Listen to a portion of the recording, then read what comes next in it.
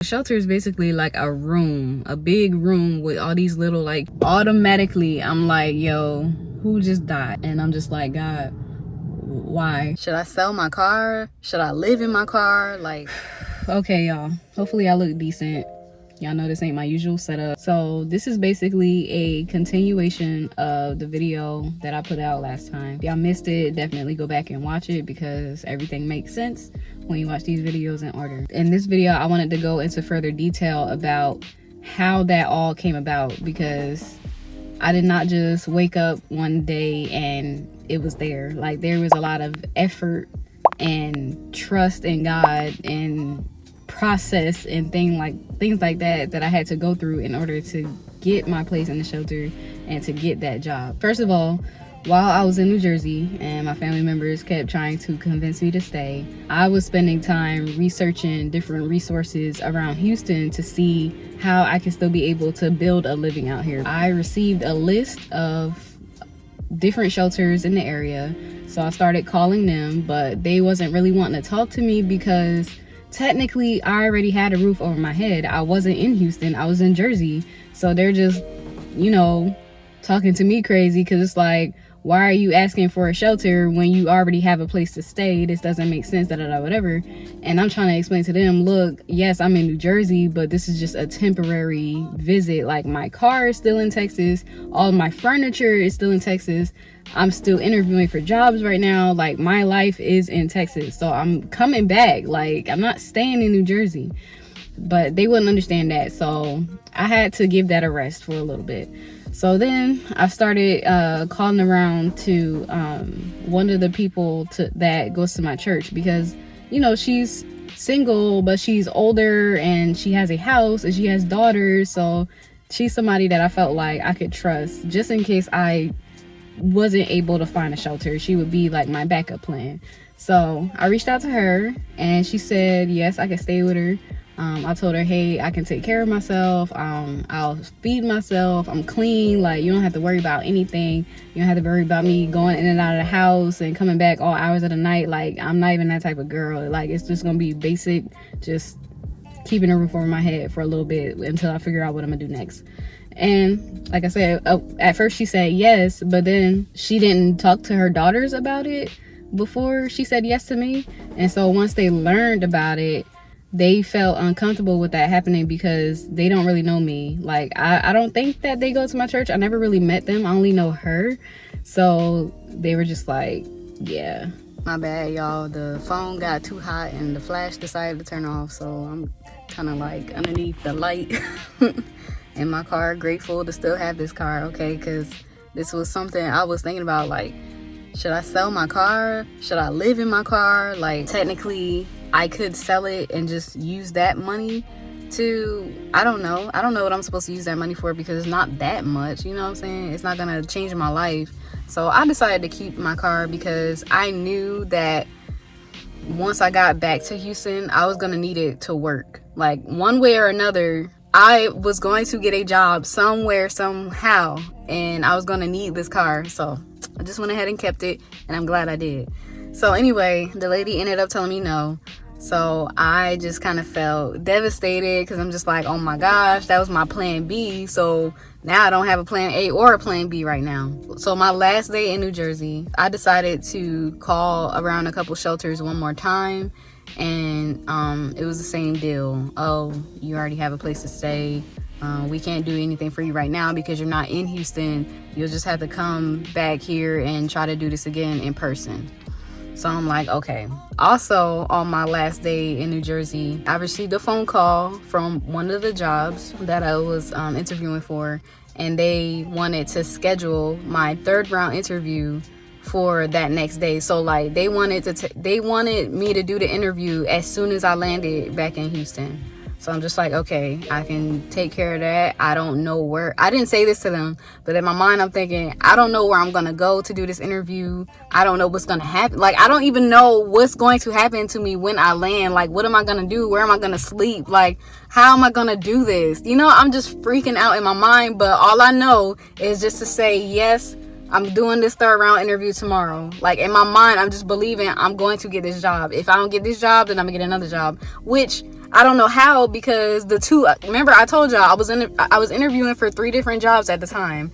2 of the jobs I already received a rejection email for while I was in New Jersey. So this was like my last chance job right here that I was about to do this 3rd round interview with. Y'all peep the numbers too. I've been dropping like numbers on y'all these last couple videos, and I don't know if y'all been peeping it or not, but anyway, so and I'm just laughing because I just cannot believe how everything unfolded. I land in Houston. First thing I do as soon as I'm getting into my car is I'm calling shelters again. And for whatever reason, nobody is picking up the phone. It's 8 o'clock. No, was it 8 o'clock? It was 10 o'clock in the morning. Nobody's picking up the phone. And so I'm just like, you know what? I got my suitcase right here from what I was wearing in Jersey. You know what I'm saying? I got a few things in my car. I feel like I have everything that I need. So I'm going to just show up. So I drove to one of the shelters that I had found on that list. And I just went inside and I was like, I really hope that y'all can help me. I don't have anywhere else to go right now. And I'm trying to figure out what I'm gonna do tonight. Like, I just don't have a place to stay. And so they were like, okay, check in here, write down your name there, let's see your driver's license, blah blah, whatever you're doing there, you know, typical routine stuff to make sure that I'm not some, you know, like child sex traffic person. You know, they gotta do their routine checks. So they're like, okay, come this way. So they took me into a room where there were other mothers and children all in the same predicament as me. We're all just in this room waiting to try to see if we're gonna get a bed today. And this process, y'all, oh my god, I was in there for I think I was in there for like 3 hours just waiting. And y'all, I'm checking the clock because remember, I'm supposed to be doing this 3rd round interview today. So I'm just like, all right, I'm gonna have to let them know that I need to push this interview back just 1 hour. I'll just say, I'm not gonna tell them that I'm in a shelter right now. I'm gonna just say, hey, there was a delay in my flight. So they were like, oh yeah, cool, yeah, we look forward to meeting you, blah blah, whatever. So I'm like, okay, cool. Finally, the intake workers, they bring me back there. We going through all these questions and all this paperwork and all this stuff, and I'm just saying in my mind, God, I trust you. Hey y'all, it's the next day and my phone just kept getting too hot and cutting off. I guess it was too hot in this car to be recording and things like that. So anyway, I just had to trust God in the moment because it's the middle of July. It's over 100 degrees outside. If they didn't let me into the shelter, I didn't know where I was gonna go. And I'm just like, God, why? Like, why would you want me to fall this low? Can you at least let me get a leg up and let me get a bed? I'll be grateful for it. Like, even if I don't like being in this shelter, I will stay here for as long as you ask me to. And it just so happens that they had a bed available, and I was just like, God, thank you. I still got this interview coming up in like 15 minutes, so I'm trying to be polite and kind and patient to these people who just allowed me to, you know, have a place in their shelter. But I'm also like trying to be, you know what I'm saying, purposeful with my steps, you know what I'm saying, trying to be swift, because I'm realizing I don't have a lot of time to try to figure out where am I gonna do this interview, because this is a virtual on-camera interview. And shoot, I was looking crazy. I had a white t-shirt on, my hair was just all over the place, I was sweaty, I was like, you know what I'm saying, I was not in the best possible appearance or location for a virtual interview, but I had to do it because I didn't want to reschedule. I didn't want to risk someone else getting that opportunity and taking it from me. So I'm just like, you know what, I'm gonna just have to come real, and I'm gonna just have to come authentic. I'm not gonna let them know where I'm at, you know. I'll just tell them, hey, you know, I had to pull over. I was coming from the airport and I didn't want to miss the interview. So I go into my car, you know what I'm saying, just going over the questions in my head. Bree, tell me about yourself. What are your strengths? What are your weaknesses? My cousin calls me and I just deny the call because, you know what I'm saying, I'm just trying to get my mind right. Like, now is not the time to be calling me and chit-chatting. I'll just call you after the interview, right? So I ignored the call, you know, going over my answers in my head. And then he texts me and said, it's important. And automatically I'm like, yo, who just died? Like, there's no reason why you call me and then you say it's important unless somebody has died. And I just got back from Jersey this day. Like, I was just in Jersey earlier that morning. So it's like, why? So I called him back, and like I suspected, one of our cousins passed away. And I'm just like, I don't know, I just couldn't believe it, because it's like, after everything that's already happening, now this too, how am I even gonna get up there? I don't even know if I'm gonna get this job. I don't have a lot of money in my account. Like, I don't know how I'm gonna get through this right now. So time is ticking. I'm only like 2 to 3 minutes away from the interview. So I told my cousin, hey, look, I'm sorry, but I have to go. Like, I'll call you back in a little bit. So I hung up the phone, and I'm just sitting here, like, AC is blasting in my face. Like, I'm just trying to cool down, because it's like, yo, like, what is even happening right now? Like, how am I even going to get through this interview? But by the grace of God, like, I was able to smile and present myself in a way that didn't seem like I was being affected by newly homelessness and newly death in the family. Like, it's just, like, I just want y'all to realize that, like, God is just, like, I don't even know how to describe it. Like, I get through the interview. They tell me, hey, we'll let you know sometime this week. I'm just thinking to myself, I've heard this so many times, and that was always followed by a rejection email. So I ain't even getting my hopes up as they're saying that. I go back into the shelter, you know, just looking around, seeing how things are. My case manager came, and she introduced herself to me and let me know what her role would be there at the shelter and things like that. She told me that there is a chapel on the property, and that I can go to chapel if I ever felt like it. And I was glad she told me, because I needed a place to cry, y'all. Like, I'm in this brand new place. Okay, so the shelter is basically like a room, a big room with all these little like cubicle sections. It's like 10 different cubicle sections, and each cubicle has like 4 women, and each woman has their own little like metal cot bed or whatever. So I'm in this room, all these women. There's no private place for me to go and cry and process everything that I'm feeling right now. So I'm just like, okay, yeah, I'm gonna go to the church. Because, you know, at church, you know what I'm saying, when people are feeling in the spirit, they cry, they lift their hands, you know what I'm saying, they have their little tissues or whatever. Nobody's really looking or paying attention. So I'm just like, yes, that's the best place for me to disguise myself and just mourn for my cousin right now, because this is too crazy. The next day, one of my business partners lets me know that he needs my help with videography for like a gig. Like, and y'all, like I was telling y'all in the previous video that I felt like my business was dead. So this was a great opportunity for revival. You know, I started to say no because of everything that I was facing, but I was like, let me just go. Like, I just need to feel a sense of normalcy, because freelancing, that was my life before all this happened. So I just need to feel like my life is regular again. So I went out to the shoot, you know, it was fun. We was there like for a whole 8-hour day, and I just felt like I was myself. I just felt like nothing in my life was going wrong, you know? And it turns out that the amount of money that my business partner paid me for that shoot would be the exact, and I mean to the dollar, amount that I needed in order to purchase a plane ticket and parking at the airport to get back to Jersey and go to my cousin's funeral. Now, there was a lot of loopholes with that too, because the shelter doesn't want people staying overnight anywhere else, because it's like, if you're staying overnight somewhere else, then that must mean you have somewhere else to live. The case manager kept saying it's very frowned down upon for people to leave the shelter and stay overnight somewhere else due to COVID and blah blah whatever. And I'm just looking at her like, lady, I don't care about no COVID. Like, my family member just died. Like, what if it was your family member? How would you feel if you was trying to leave and go fly to a different state to go to your family member's funeral, and then I stood in your way?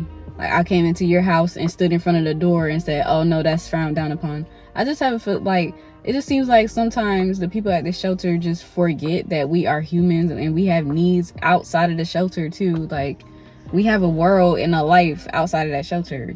You know what I'm saying? That shelter is not such a big, strong boundary that it is the end all and be all for our lives. Because it's like, the way I'm feeling right now, if you try to tell me, no, I can't go to this funeral, I'm not staying in this shelter, because y'all not about to institutionalize me and make me feel penalized and wrong for wanting to go. Like, no. So then she was like, oh, well, what kind of family member is it?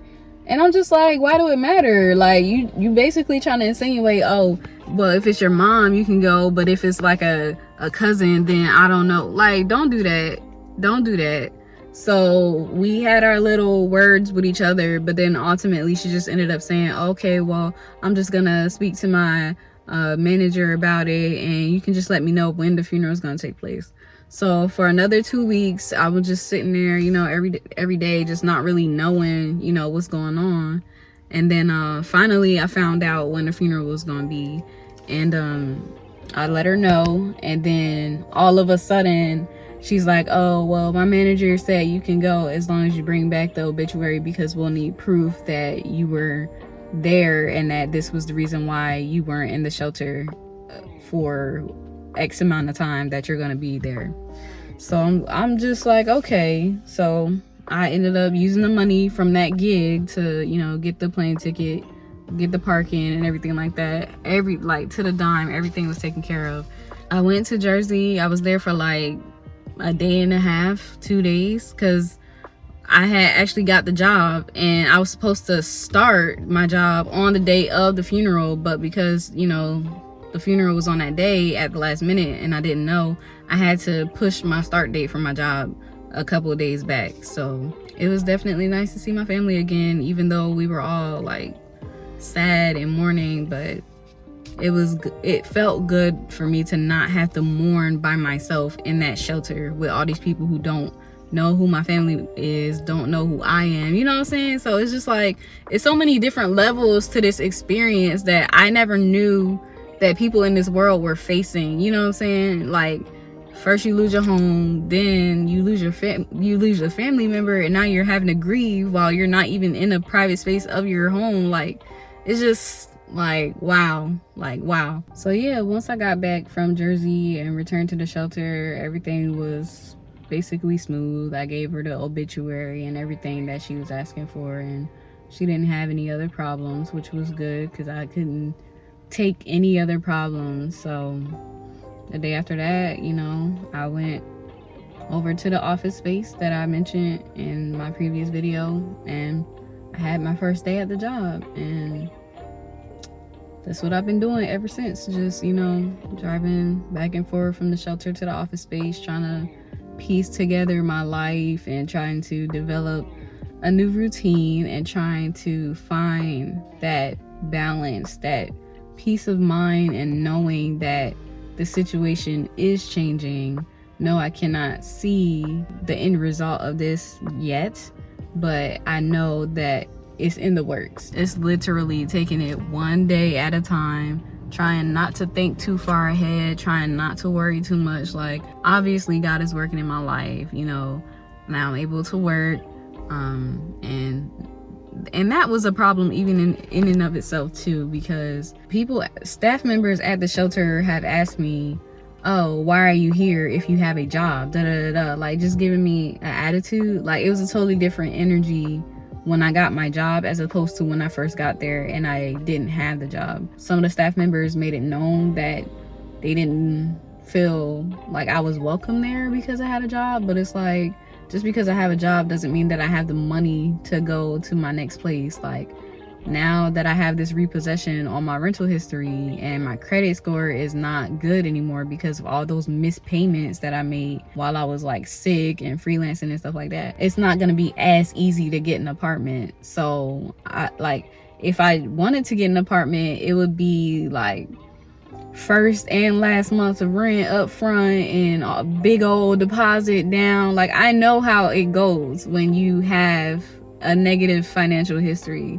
and you know, just because I have a job doesn't mean that I have all this money in my account to just go. You know what I'm saying? It's gonna take some time for me to save. So that's what I would explain to them. But it got to a point where I ain't feel like explaining no more. I'm here because God opened the doors for me to be here. And if you got a problem with that, well, maybe you need to apply for a different job somewhere else, because you really need to stop judging me, for real. But anyway, that's it. I'm gonna stop the video right here because I feel like this video is very long. I'm gonna continue to update y'all. I already have the next video planned, where we're gonna talk about what am I going to do next now that I'm working and saving, which is, there's a silver lining to this, because although I'm homeless, well, now I have a job and I don't have rent, so now I'm able to save up a lot faster. And even though I don't want to be in that shelter with those ornery staff and them uncomfortable beds and them loud catty women, like, I'll put up with it. I'll be patient with it, because I know God is telling me to stay put, sit still, be patient. So that's exactly what I'm gonna do. And I'm gonna save up money as long as I can. I'm not gonna overstay my welcome now. I'm not gonna be, you know, out here getting complacent and comfortable like how I see some of the women in that shelter getting.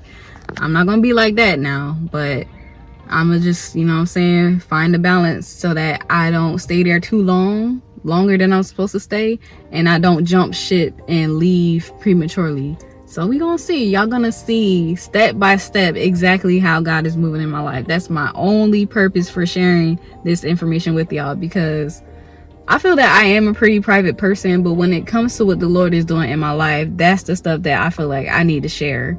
So we're gonna see about that. I'll definitely see y'all next week. Definitely subscribe to this channel, give it a like, share it with someone who might be needing some encouragement, someone who feels like their life is over and they're depressed. Well, hey, just share this with them, let them know it could be worse, you know.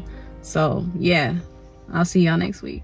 Because it just, like, being in the situation really just makes you feel like giving up. And I know that I'm smiling while I'm saying it, because I'm in a better place now than I was when I first got there. But not gonna lie, y'all, it's been many mornings where I'm like, really, God, you woke me up this morning? I don't even feel like trying today.